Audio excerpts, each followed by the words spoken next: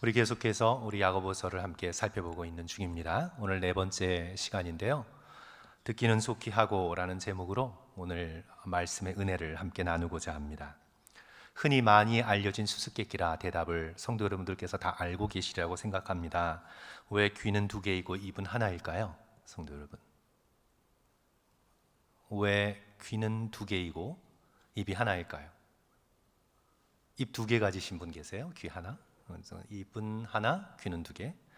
그러니까 그건 숫자로 산술적으로 계산을 하면 듣기를 말하기보다 몇 배 많이 하라고요?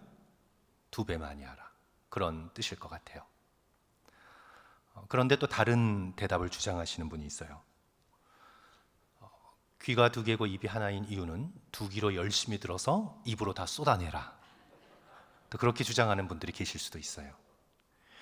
어느 것이 맞는 것인지 우리는 성경의 진리를 따라가야 되기 때문에 우리 19절 말씀 보시면 내 사랑하는 형제들아 너희가 알지니 사람마다 모든 사람마다 듣기는 속히 하고 말하기는 더디하며 성내기도 더디하라. 듣기는 빨리 잘 듣고 말하기는 조금 천천히 하고 오히려 뭐가 좀 모자른 것 같이 어눌하지만 천천히 하고 성내는 것도 저 사람은 왜 화를 안 내지? 뭔가 좀 이상한가 할 정도로 천천히.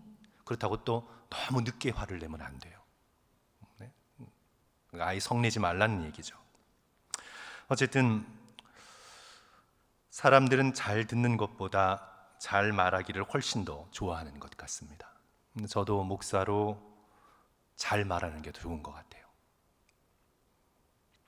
옛날에 성도 여러분, 웅변 학원은 있어도 잘 듣기 학원은 없잖아요. 물론 영어 듣기 학원은 있었습니다. 오늘날에도 프레젠테이션 잘 하는 법, 특히 이렇게 사업을 할 때, 무역을 할 때 바이어들을 잘 구슬릴 수 있는 그런 언변과 프레젠테이션의 능력, 그것이 굉장히 중요하죠. 법정에서도 변호사와 검사가 말싸움에서 지지 않으면서 또박또박 다 반박할 수 있고, 내가 변호하는 그런 피고인이 아무 죄도 없다는 것을 말로써 증명해 보여야 합니다. 그래서 우리는 어린 아이들에게 어려서부터 발표력을 키우려고 노력하고, 말을 조금 더듬거나 힘들게 하는 아이들에게는 스피치 테라피를 가르치면서 자기의 생각을 정확하게 합리적으로 잘 표현할 수 있는 말하기 훈련을 많이 시킵니다. 그 어디에서도 말하지 않고 상대방의 말을 잘 듣는 훈련을 하는 학원을 열어서 성공했다는 걸 들어본 적이 없어요. 그러나 잠언을 비롯해서 오늘 지혜서인 야고보서는 인간의 가장 치명적인 실패는 말을 잘 못하는 데서 생긴 것이 아니라고, 인간의 가장 치명적인 실패는 바로 잘 듣지 못한 것 때문이라고 우리에게 가르치고 있습니다. 창세기의 아담과 하와의 타락을 우리는 기억하게 되죠. 아담과 하와는 하나님의 말씀을 마음으로 온 마음을 다해 듣지 못했습니다. 그리하여 이스라엘에게 가장 중요한 계명으로 하나님께서 신명기 6장 4절 이스라엘아 어떻게 해요? 말하라? 아니요. 쉐마 이스라엘, 이스라엘아 들으라. 이스라엘아 들으라.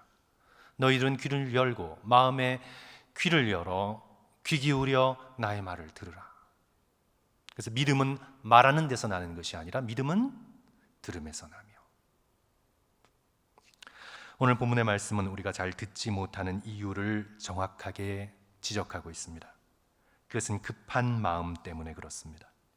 우리가 잘 듣지 못하는 것은 하나님께 모든 일을 맡기고 하나님께서 일을 이루어 주심을 믿지 못하고, 나의 말과 행동을 통해 사람들을 컨트롤하고 내 자신의 진심을 내어 보이고 내 자신의 의지를 다른 사람에게 강요함을 통해 일을 이루어 나가야 한다는 급한 마음, 그것 때문에 우리는 듣지 못하게 된다. 여기서 듣기는 속히 하고 말하기는 더디하라 하면서 덧붙이기를 성내기도 더디하라. 급한 마음을 갖고 있으면 찬찬히 상대의 말을 듣기가 어렵습니다. 이제 우리 미국에서 곧 대통령 선거가 11월 달에 있을 것이고, 이제 얼마 지나지 않으면 정치 토론회가 있을 텐데, 후보자들이 상대의 말을 잘 들어줄까요? 아니면 상대의 말을 끊고 들어가면서 소리 지르고 공격하고 윽박 지를까요? 어떻게 해야 선거에 승리한다고 믿고 있을까요? 잘 들어주는 후보자가 선거에 승리할까요? 아니면 마구마구 말해대며 자기의 주장을 소리소리 높여 외치는 사람이 선거에 승리하게 될까요? 오늘 정치인들은 세상 사람들에게 어떤 모습이 세상을 살아가는 데 유리하다고 가르쳐주고 있을까요? 우리가 급한 마음을 갖고 있으면 상대의 말을 듣기가 어렵고요, 말할 때 끊고 들어가야 합니다. 그래서 참견하고 지시하고 조정해야 합니다. 그런데 우리가 교회 생활하고 인생을 살아가다 보면 물론 말이 도무지 끝나지 않는 사람이 있어요. 혼자 다 말하는 사람은 사실은 좀 끊어줘야 돼요. 특히 우리 성도 여러분, 소그룹으로 모일 때는 혼자 1시간 다 말하는 분들이 계시면 끊어주셔야 돼요. 그렇죠? 하지만 우리의 마음 자세는, 기본적인 우리의 마음 자세는 잘 들어주겠다는 마음을 가져야 하는데, 그것은 서두르지 않는 마음, 그렇죠? 서두르는 마음은 듣는 것의 적이다. 우리가 그것을 잘 기억할 수 있었으면 좋겠습니다. 하나님의 말씀도 우리가 잘 듣지 못하는 이유는 조급한 마음 때문입니다. 우리가 하나님의 말씀을 듣겠다라는 마음가짐을 가지고 우리의 모든 것을 주님께 맡기고 깨끗하고 순수한 마음이 되어 주께서 내게 지금 어떤 말씀을 하시는가 들으려는 상태가 되어 있다면, 우리는 주께서 우리의 마음속에 우리에게 분명히 어떤 말씀을 주고 계심을 우리는 깨닫게 됩니다. 성도 여러분, 하나님은 우리에게 말씀하십니다. 하나님은 기록된 성경의 말씀을 통해 우리의 심령에도 말씀하시고, 때로 사람들을 통해, 때로는 주변의 여러 가지 상황을 통해 우리에게 분명히 말씀하십니다. 우리 하나님은 말씀하시는 하나님이십니다. 그런데 우리가 급한 마음 때문에 하나님의 말씀을 듣지 못하는 경우가 많이 있습니다. 저는 최근에 마음에 좀 고민하고 있는 문제가 있었는데, 우리 교회가 잘 소풍 가는 여기 어니뎁스 리저널 파크 성도 여러분 아시죠? 우리가 소풍 가는 6월 달에도 저희들이 가게 될 텐데, 거기서 이제 월요일 나무 그늘 아래에서 책을 펼치고 읽고 있었습니다. 성경책이 아니라 소설책이었어요. 소설책을 읽고 있었어요. 근데 그 소설책을 읽고 있는데 그 등장인물이 한마디를 하는 거예요. 그런데 정확히 제 마음을 꿰뚫고는 거기 등장인물이 한마디를 하는 거예요. 너무 놀라웠습니다. 정말 소름이 끼쳤습니다. 그 말이 정확하게 제 마음의 문제의 본질을 지적하고 있고 제 마음을 정돈하는 데 어마어마한 힘이 되었어요. 저는 하나님께서 제게 어떤 지혜의 마음을 주셨다고 생각을 해요. 하나님께서는 말씀하시려면 심지어 소설책을 통해서도 말씀하실 수 있다고 저는 생각해요. 그래서 저는 너무나 직접적이어서, 너무나 저에게 직접적인 말이어서 저는 그때 너무 놀랬던 그런 경험이 있습니다. 우리가 들으려고만 하면 하나님께서 우리의 마음을 향하여 말씀하시는 놀라운 말씀을 듣게 됩니다. 나아만 장군이 포로로 잡힌 어린 여종의 말을 통해서 치유의 길이 열렸듯이 하나님께서는 때로 여러 상황과 여러 환경을 통해 우리에게 말씀하시고 계시는 거예요. 우리가 겸손하게 들을 마음이 있고, 우리가 급한 마음을 내려놓고 정말 내 성질과 내 생각이 아니라 하나님께서 내게 주시는 말씀을 붙들고 인생을 살아가고 나의 이 문제를 해결하면서 주께서 주시는 음성으로, 그 말씀으로 내가 이 문제를 해결하고 주님 앞에 나아가겠다는 마음의 결단만 있다면, 하나님께서는 성경을 펼 때, 기도할 때, 때로는 이런저런 환경을 통해, 심지어는 저의 경험처럼 성경 아닌 다른 책을 통해서도 우리의 마음을 밝혀주시고 길을 인도해 주시는 분이심을 믿습니다. 우리 모두 급한 마음을 내려놓고 하나님의 말씀을 듣고 순종하겠다는 마음으로 주님 앞에 설 수 있는 저와 여러분이 되었으면 좋겠습니다. 달라스 윌라드는 이런 표현을 했습니다. Ruthless elimination of hurry. Ruthless elimination of hurry. 가차없이 서두르는 마음을 제거해버려야 합니다. 우리의 영적 생활에 있어서 가장 큰 적이 서두르는 마음입니다. 그래서 이 서두르는 마음은요, 가차없이 제거해버려야 합니다. 내가 조급할 때는 사탄이 역사하고 있다고 생각하면 거의 맞습니다. 조급하면 듣기보다 말하고 지시하고 뜻대로 되지 않으면 성내고 20절 사람이 성내는 것이 하나님의 의를 이루지 못합니다. 성도 여러분, 우리는 지난 고난주간 새벽 기도를 통해 하나님의 의, 하나님의 righteousness, 하나님의 디카이어시네, 하나님의 의가 어떻게 이루어졌는지 살펴보았습니다. 하나님의 의가 어떻게 이루어졌습니까? 예수 그리스도께서 흥분하시고 성내시고 그 놀라운 능력으로 막 그냥 칼을 휘두르시면서 하나님의 의가 이루어졌습니까? 도대체 이 세상에, 죄악 많은 세상에 하나님의 의가 어떻게 이루어졌습니까? 예수 그리스도께서 겟세마네에서 심판받으시는 자리에서 골고다 언덕에서 하나님의 의가 어떻게 이루어졌습니까? 크신 사랑을 마음에 품고 모든 것을 성부 하나님 뜻에 올려드리며 끝까지 인내로 고난의 자리를 지켜내신 것을 통해 하나님의 의가 이루어졌습니다. 그래야 우리는 오늘 이 말씀을 대하면서 우리가 급한 마음을 내려놓고 하나님의 의가 이루어질 수 있도록 우리는 더 듣기를 잘하고 성을 내지 않으며 말하는 것을 더디할 수 있는 그런 지혜로운 성도가 되어야 되겠다, 함께 결심해야 되겠습니다. 오늘 야고보서는 사람의 말을 듣는 것보다 무엇을 더 강조하고 있냐 하면 먼저 하나님의 말씀을 듣는 것을 강조합니다. 21절 22절 성도 여러분 다 같이 한 목소리로 읽습니다. 그러므로 시작. 그러므로 모든 더러운 것과 넘치는 악을 내버리고 너희 영혼을 능히 구원할 바 마음에 심어진 말씀을 온유함으로 받으라. 마음에 심어진 식물의 비유이죠. 우리의 마음밭에 말씀의 씨앗이 심겨졌습니다. 그 말씀의 씨앗을 토해내지 말고 온유함으로 잘 받아 간직하여 그 말씀이 생명력 있는 능력으로 우리의 삶을 주관할 수 있도록 하라는 그런 말씀이죠. 그럴 때 말씀의 생명력이 모든 더러운 것과 넘치는 악을 내어버릴 수 있게 만듭니다.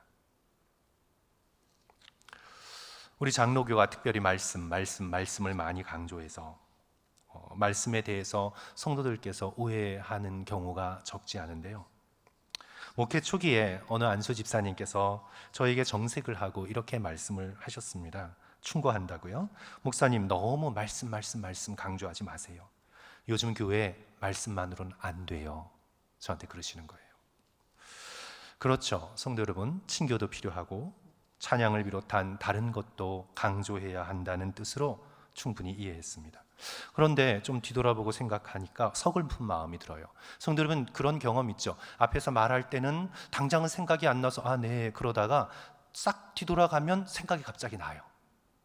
서글픈 마음이 들어요. 그러면 교회가 말씀으로 안 되면 무엇으로 된단 말인가? 성도 여러분, 교회가 만약에 말씀으로 안 되면 그러면 돈으로 돼요? 교회가 말씀의 터 위에 말씀의 능력으로 세워진 말씀으로 육신이 되어 이 땅에 오신 예수 그리스도를 섬기는 곳이 교회인데 교회가 만약 말씀으로 되지 않으면 무엇으로 되어야 합니까? 제가 목회 초년생이어서 즉각 생각이 안 나서 답을 못 드렸는데 생각하면 서글퍼요. 지금이라도 전화를 드릴까 생각이 나는데, 성도 여러분, 말씀은 사실 아무리 강조해도 지나치지 않습니다. 야고보서의 이 야고보도 계속해서 이제 읽어보시면 알지만 계속 말씀을 강조하고 있어요. 또 어떤 분은 충분히 이해를 합니다. 말씀이 너무 지성적이어서 머리만 강조해서 머리만 커지게 만든다. 마음에 뜨거움이 없다. 말씀만 강조하면, 말씀 중심의 목회는 머리만 큰 외계인 같은 성도를 만든다. 그래서 이 뜨거움은 찬양이나 성령의 집회나 말씀 외에 좀 다른 것이 있어야 된다. 인정할 만한 부분이 있습니다. 말씀에 응답하는 찬양의 뜨거움이 있어야 되고, 기도의 간절한 열심이 필요한 것은 당연합니다. 그러나 성도 여러분, 그건 말씀에 대한 오해예요. 말씀을 지성적인 측면으로만 오해하고 있는 거예요. 엠마오로 가는 두 제자의 경험을 들어보십시오. 누가복음 24장 32절, 성도들께서 다 아시는 부분이기 때문에 제가 찾지 않습니다. 그들이, 글로바라 하는 제자와 또 다른 제자가 서로 말하되, 우리에게 말씀하시고 우리에게 성경을 풀어주실 때에 우리의 속에서 마음이 뜨겁지 아니하더냐. Did not our hearts burn within us? 우리 안에서 우리의 hearts, 카르디아가 카이오 또는 분사로 쓰였어요. 카이오멘의 burning, igniting, 불타지 아니하더냐. 예수 그리스도의 입을 통해 말씀을 풀어주실 때에 그 말씀이 우리 안에서 burning, 불타지 아니하더냐. 사랑하는 성도 여러분, 하나님의 말씀은 능력이 있어 우리의 마음을 타들어갈 정도로 우리의 마음을 뜨겁게 합니다. 성경은 성령의 감동으로 된 것이기에 우리를 감동시키는 것은 예수 그리스도의 하나님의 살아계신 말씀입니다. 말씀을 제쳐놓고 다른 곳에서 뜨거움을 찾으려고 하면 위험해요. 그래서 우리가 진심으로 겸손한 마음으로, 온유한 마음으로 성경의 말씀을 받으면 그 말씀이 우리를 감동시키시는 줄 믿고, 성도들께서도 말씀 중심의 신앙생활을 계속해서 이어나가시기를 주님의 이름으로 축원합니다. 이제 오늘 이 야고보서는 우리에게 말씀을 강조하되 말씀을 귀로만 듣는 위험성에 대해서 우리에게 경고하고 있어요. 말씀이니까 암송하고 듣고 공부하고 이렇고, 귀로만 듣는 위험성에 대해서 어떻게 경고하냐면 22절 성도 여러분 다 같이 한 목소리로 읽습니다. 너희는 말씀을, 시작, 너희는 말씀을 행하는 자가 되고 듣기만 하여 자신을 속이는 자가 되지 말라. 그렇죠.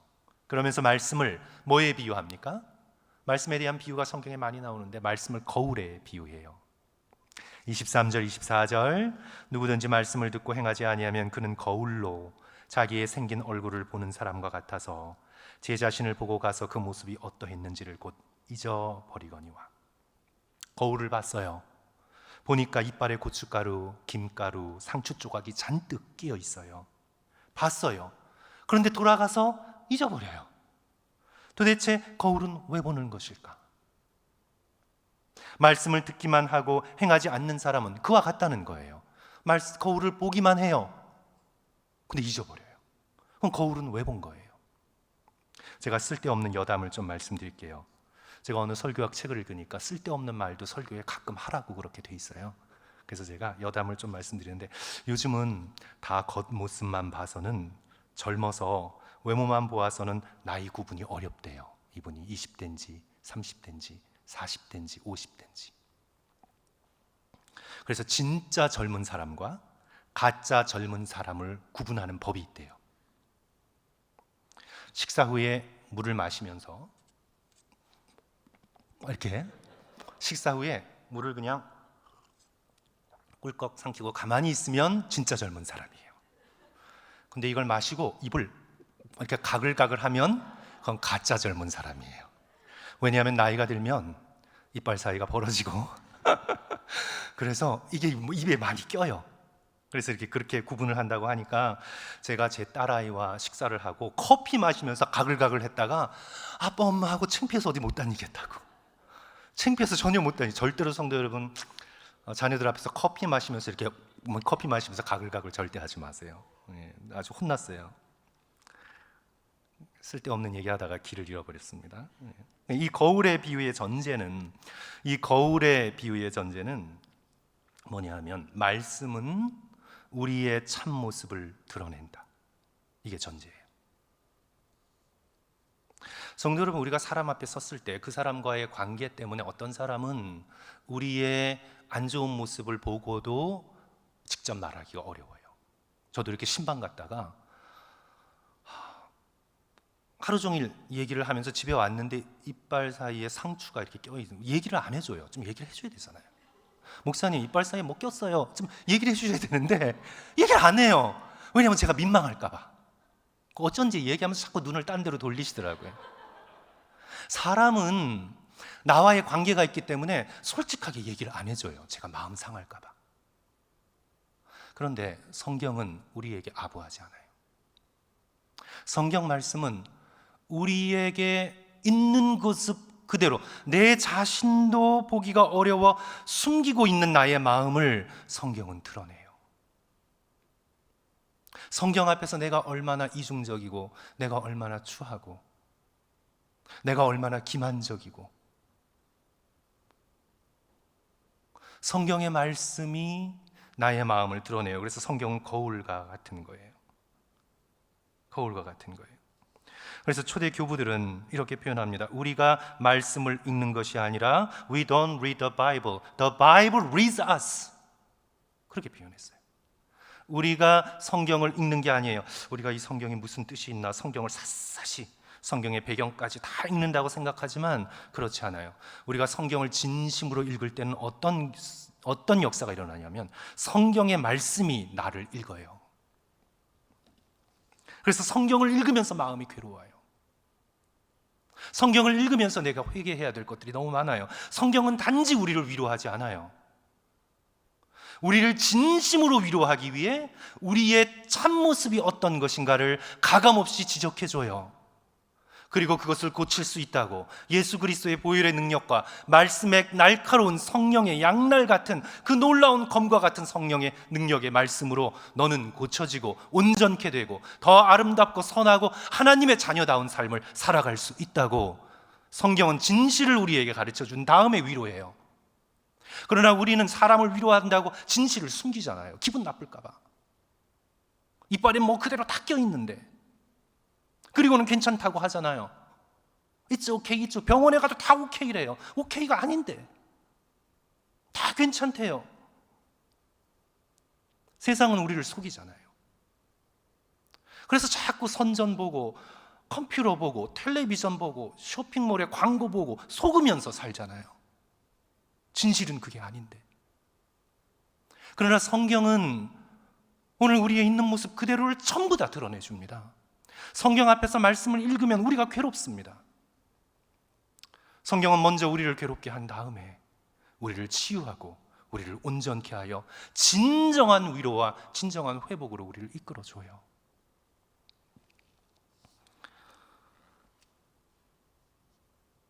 그래서 말씀을 좌우의 날선 검에 비유했죠. 성도 여러분, 히브리서 4장 12절 우리 슬라이드 참조하시고 우리 한 목소리로 함께 읽을까요? 하나님의 말씀은, 시작. 하나님의 말씀은 살아있고 활력이 있어 좌우의 날선 어떤 검보다도 예리하여 혼과 영과 및 관절과 골수를 찔러 쪼개기까지 하며 또 마음의 생각과 뜻을 판단하나니 말씀은 좌우의 날이 있는 아주 날카로운 칼인데, 어떤 현대의 수술 칼보다도 날카로운 칼인데 그것은 우리의 혼과 영과 골수와 관절을 쪼개기까지 해요. 그리하여 우리가 깊이 숨겨놓은 마음과 마음의 생각과 의지, 마음의 생각과 뜻을 다 드러내요. 말씀을 진실한 말씀으로 들으려고 말씀을 펴안고 앉아 있으면 우리는 우리 자신의 모습을 깨닫게 돼요. 내가 어디가 병들었는지, 내가 무엇을 고쳐야 하는지 듣고 깨달아 행하는 자는 복을 받을 것이라. 25절 자유롭게 하는 온전한 율법을 들여다보고 있는 자는 듣고 잊어버리는 자가 아니요 실천하는 자니 이 사람은 그 행하는 일에 복을 받으리라. 말씀을 온유함으로 받아서 귀로만 듣고 자신을 속이는 사람이 아니라. 왜 귀로만 듣고 자신을 속아요? 말씀을 들으니까 나는 이제 말씀을 행하는 사람이라 착각을 하는 거예요. 내가 성경을 읽었으니까, 내가 예배를 듣고 설교를 들었으니까 나는 말씀대로 사는 사람이라고 스스로를 속이는 거예요. 그렇죠? 그런데 그렇게 말씀을 듣기만 하고 잊어버려 스스로를 속이는 것이 아니라 실천하는 자니, 말씀이 지적해 준 것, 이빨 사이에 끼어 있는 것, 더러운 것, 마음에 있는 것, 그것을 빼내고 내 말씀에 비추어서 내 삶을 고치는 자, 실천하는 자니 이 사람은 그 행하는 일에 복을 받을 것이라.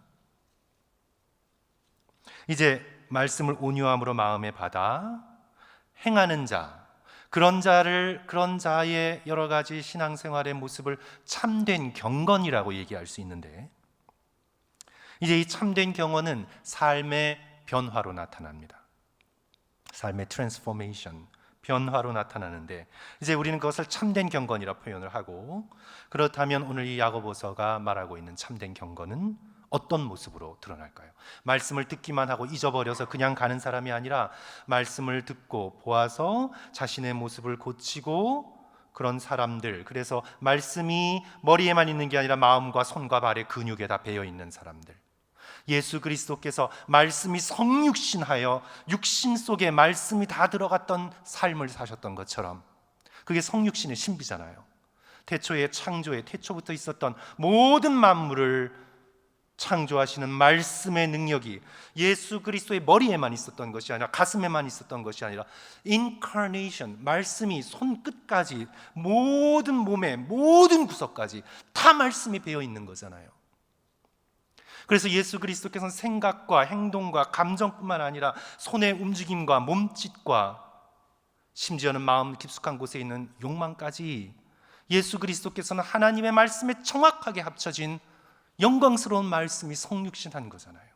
그러면 우리도 말씀을 귀로만 듣고 머리에만 기억하는 것이 아니라 그 말씀이 우리의 마음속에 들어가 우리에게 소화가 되고, 그래야 소화가 돼서 우리의 핏줄 곳곳에 다 우리의 몸에 말씀이 배어 있게 되면, 그것은 진정으로 참된 경건인데, 바리새인과 같이 겉모습만 꾸미는 경건이 아니라 참된 경건, 말씀을 먹어서 소화시킨 참된 경건인데, 그런 참된 경건은 어떤 모습으로 드러나나? 오늘 야고보서 26절 27절 두 절에서 말하고 있습니다. 세 가지로 간단하게만 살펴봅니다. 첫째로 언어의 변화다. 말씀이 내 안에 들어와 나의 혓바닥까지 입술까지 손과 발까지 있는 참된 경건의 삶을 살아가는 사람은 언어가 변화된다. 언어가, 말이. 26절 우리 다 같이 읽습니다. 누구든지, 시작. 누구든지 스스로 경건하다 생각하며 자기 혀를 제갈 물리지 아니하고 자기 마음을 속이면 이 사람의 경건은 헛것이라. 다시 오늘 본문 말씀의 시작이죠. 19절, 사람마다 듣기는 속히 하고 말하기는 더디하며. 초대 교회의 경건은 유대인들의 경건을 따랐습니다. 왜냐하면 기독교 초대 공동체는, 특별히 이제 야고보가 사역하고 있었던 예루살렘 교회의 교인들은 다 유대인들이었으니까. 유대인들의 경건의 모습이죠. 초기예요. 기도 많이 하고 율법의 말씀을 암송하고 금식하고 11조하고, 그것이 종교적 경건 생활에 드러나는 모습이었습니다. 그런데 야고보는 참된 경건은 어디서 드러나냐 하면 바로 언어, 말, 혀, 입술에서 드러난다. 그것을 강조하고 있어요. 왜냐하면 입술, 혀는 속에 있는 것이 밖으로 나오는 첫 관문이기 때문에 그렇습니다. 혀를 제갈 물리지 않고 마음에 죄되고 속된 욕망에서 그저 나오는 대로 다 뱉어내면, 아무리 겉으로 종교적 생활을 한다 할지라도 이 사람의 경건은 뭐라고요? 헛것이라, 가짜라는 거예요. 가짜라는 거예요. 혀를 제갈 물리는 방법이 참 쉽지 않습니다.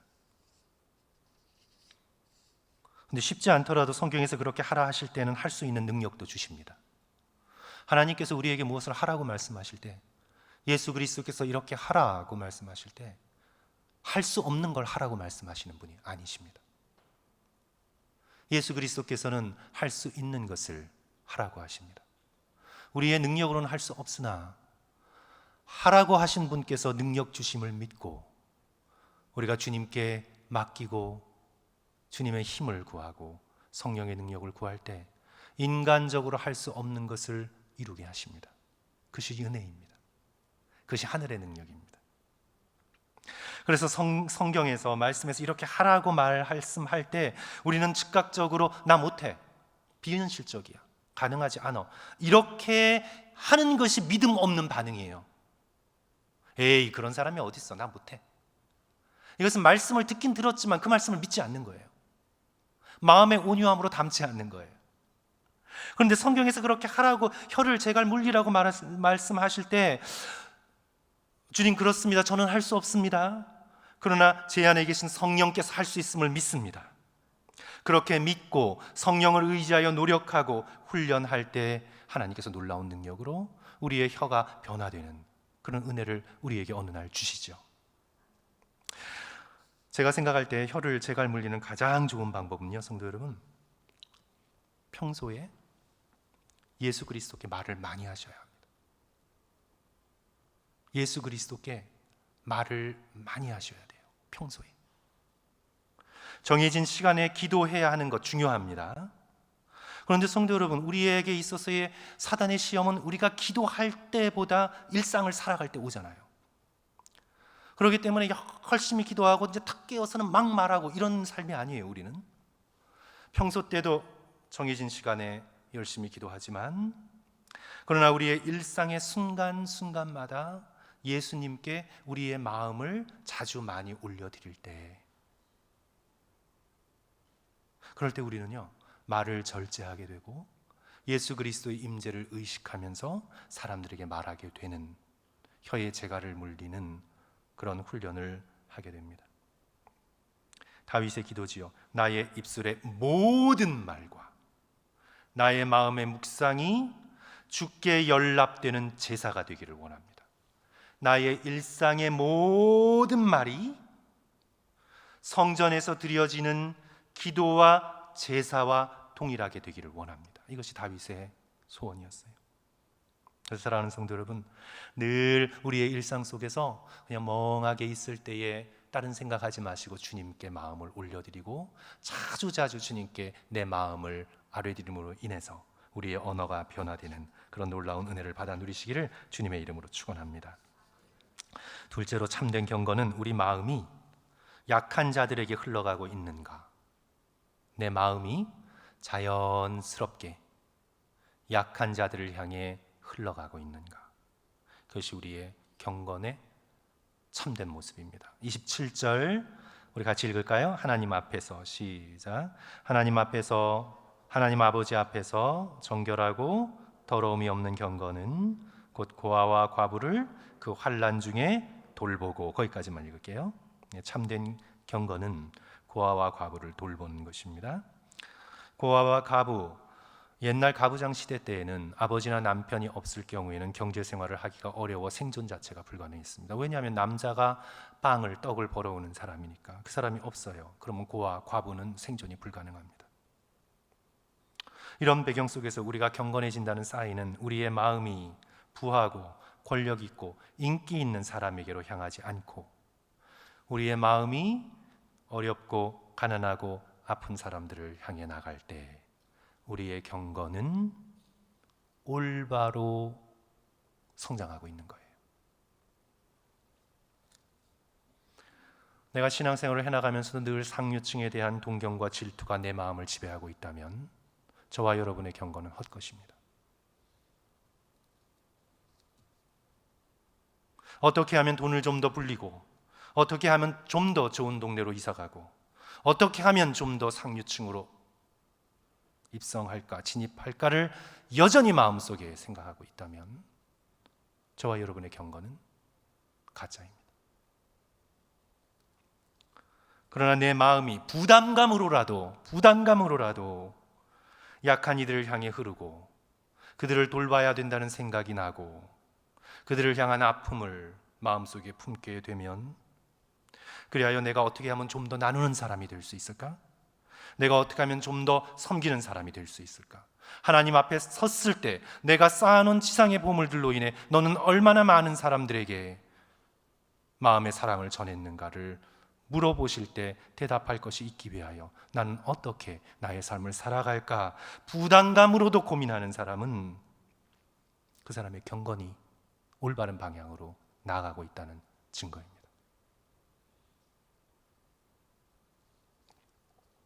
저는 우리 나성한인교회가 정말 긍휼의 마음을 많이 갖고 있음에 너무나 놀랍고 자랑스럽습니다. 더욱더 그런 교회 되어 나가시기를 주님의 이름으로 축원하고요. 우리 2024년 우리 구제부 중심으로 더욱 약한 자들을 교회적으로 실천적으로 돌보면서, 또 우리 모든 성도들도 목장이나 전도회를 통해서 교회 안에서 힘들고 아파하는 어려움에 처한 자들을 함께 돌보고 기도하며 섬겨나가는 참된 경건의 삶을 살아가는 우리 모두 되시기를 주님의 이름으로 간절히 축원합니다. 이제 마지막으로 참된 경건은 27절 하반절이죠. 또 자기를 지켜 새 속에 물들지 아니하는 그것이니라. 당시 그리스도인들은 이방 문화 한가운데 살았습니다. 기독교 국가가 아니었어요. 다윗 시대 때는 신정 국가였죠.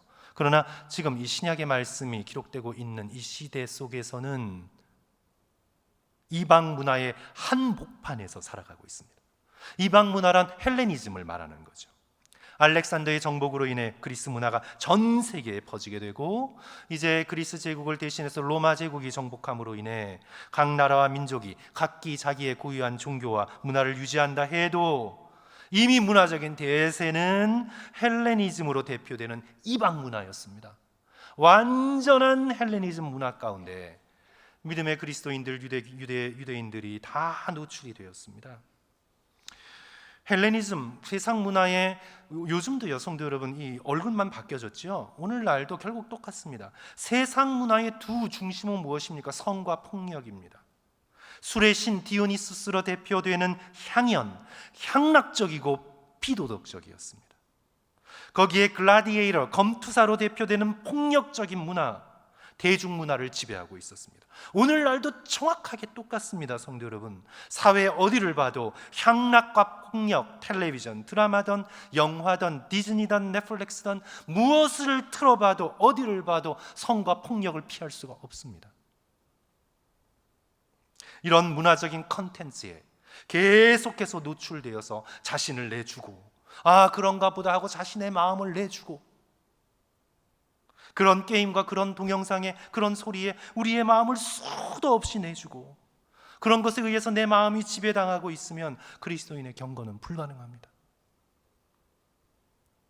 그러므로 우리는 우리의 마음과 생각을 선하고 아름다운 것이 지배할 수 있도록 우리의 마음을 선하고 아름다운 것에 드려야 합니다. 세상 문화에 맞서 1분이라도 더 성경을 읽고, 한 장이라도 더 성경을 읽고, 1분이라도 더 찬송을 하고, 조금이라도 더 예수 그리스도를 생각하고, 우리의 마음과 생각이 세상의 것들에 노출되지 않고 오히려 하나님께로 노출될 수 있도록 우리는 새 속에 물들지 않도록 우리 자신을 지켜나가는 것이 참된 경건이라고 오늘 야고보서 말씀하고 있는 거죠. 성도 여러분, 드릴 말씀은 많지만 이제 제가 쓸데없는 말씀을 좀 몇 가지 드려서 조금 시간이 갔는데요.